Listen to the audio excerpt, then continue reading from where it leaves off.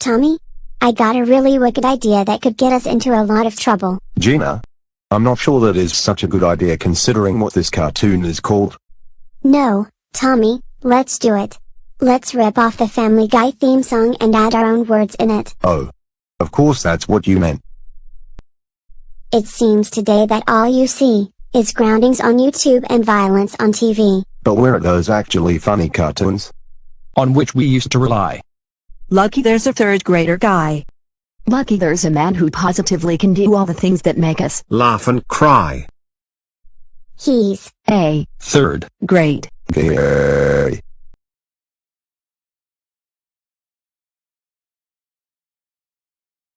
Hello, and welcome back to TV's most controversial banned episodes.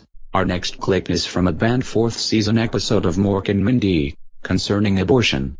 Only recently has CBS, Paramount, whatever the hell they have decided that the audience of today is sophisticated enough to handle it, and that this is totally not cheap exploitation of Robin Williams' death which people are still mourning over nearly 2 years later. Min.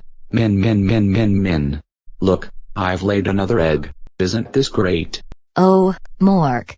I know it's always wonderful when a family grows, but we just can't afford another kid. Mirth was a handful and then some already. Can you imagine 2 man-sized babies in the house? And I am not changing those diapers again. Heavy sigh. I guess you're right. There's only one thing to do. Wow, that was the best omelet I've ever had, but won't we get into trouble with the orcans? Oh, don't worry about that, little pooter. It was long ago decided that this sort of population control was necessary, as decreed by Prime Minister Fluffy. RRRRR.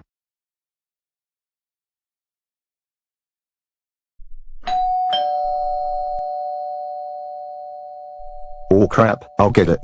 I just hope I don't miss the clip from when the Care Bears tried to curate. Can I help you, sir? Yes.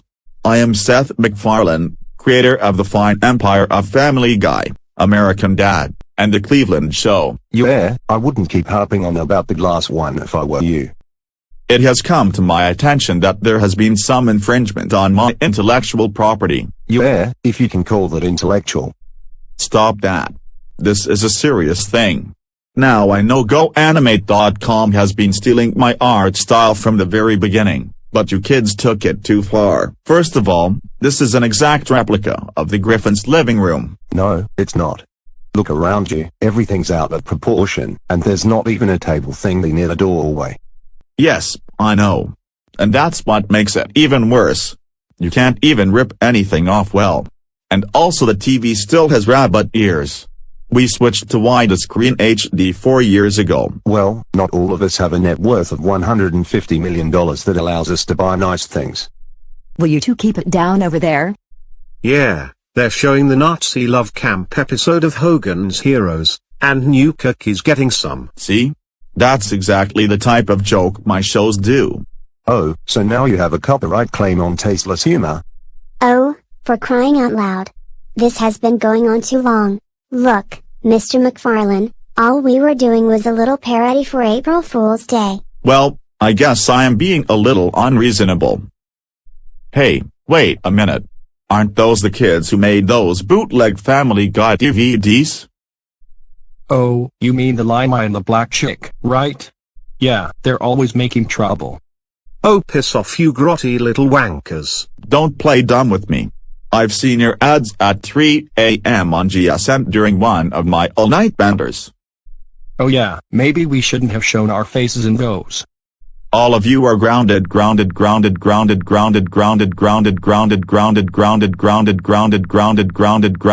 12 Brazilian years, and also you will be copyright blocked.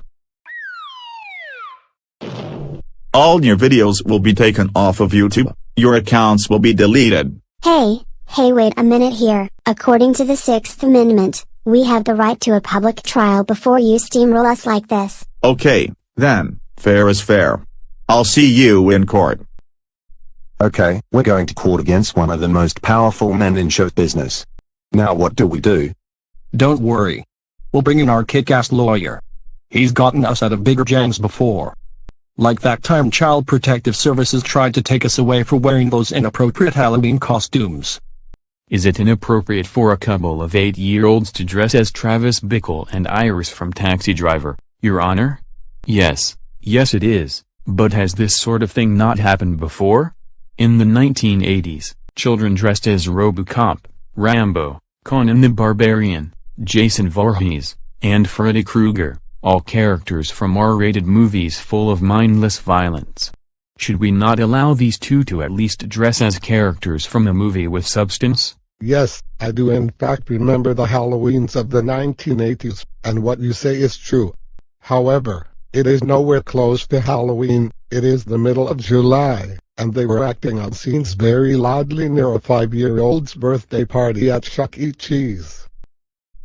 Your Honor, these dear children are autistic. Very high on the spectrum, but have no idea how to behave in the outside world. Are you two really autistic? I don't know.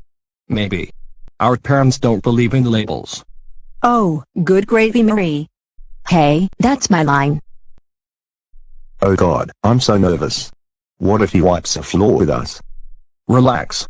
Our kick-ass lawyer, remember. Besides, what really matters is that we get an impartial, intelligent jury. Oh, for crying out loud. Oh great, Fremantle is on the jury. We're toast. Will you relax already? Our kick-ass lawyer, remember. Well, what's really important is that we have a fair and unbiased judge. Oh, we are dead meat. Dickie, what kind of kids are the devious twins? Well, they're crafty, clever, helpful, never afraid to speak their mind, they're actually quite funny, and school is never dull with them around. Would you go so far as to call them friends of yours? I guess so. Do you really think they did anything wrong by making bootleg Family Guy DVDs? Morally? The show is lazy, misogynistic crap. I'd feel bad owning bootlegs of that as I would a Gong Show. Thank you, Dickie. No further questions. Dickie, is it true that as a character, you are based on former Family Feud host and Match Game panelist, Richard Dawson? Well, yes. And are the devious twins not based on the panelists Brett Summers and Charles Nelson Riley? They are. So surely your relationship with them mirrors that of your basis. So tell me and the jury what you really think of them, and remember, you're under oath. They're loud, they're obnoxious, they're constantly drunk, even as third graders, they have no fashion sense, they have no sense of timing, they can't sing, and Stephen picks his nose. Thank you. No further questions. Thanks a lot, Benedict Arnold. What was I supposed to do? I was under oath. I do not pick my nose. Mr. MacFarlane, how did you feel when you found out about the devious twins bootlegging your Family Guy episodes? I felt hurt, and betrayed, and violated. Even worse than I did when I woke up on September 11, 2001, and found out that if I had not overslept, I would have died in the attacks. I almost died in 9/11, you know. Let the record show that my client, the plaintiff, nearly died in the September 11th attacks. Oh, this is just manipulative. Don't worry, kids. I have the perfect counter-strike. Mr. MacFarlane, do you believe in freedom of speech? Of course I do. Yes, it protects your rights to do what you do on your shows, whether it's satirizing politics and religion, or bitching about modern culture and making rape jokes. Well, I mean, it's not me doing all that stuff. I have a whole team of writers on both my shows. Do you know what fair use is, Mr. MacFarlane? Yes, I do.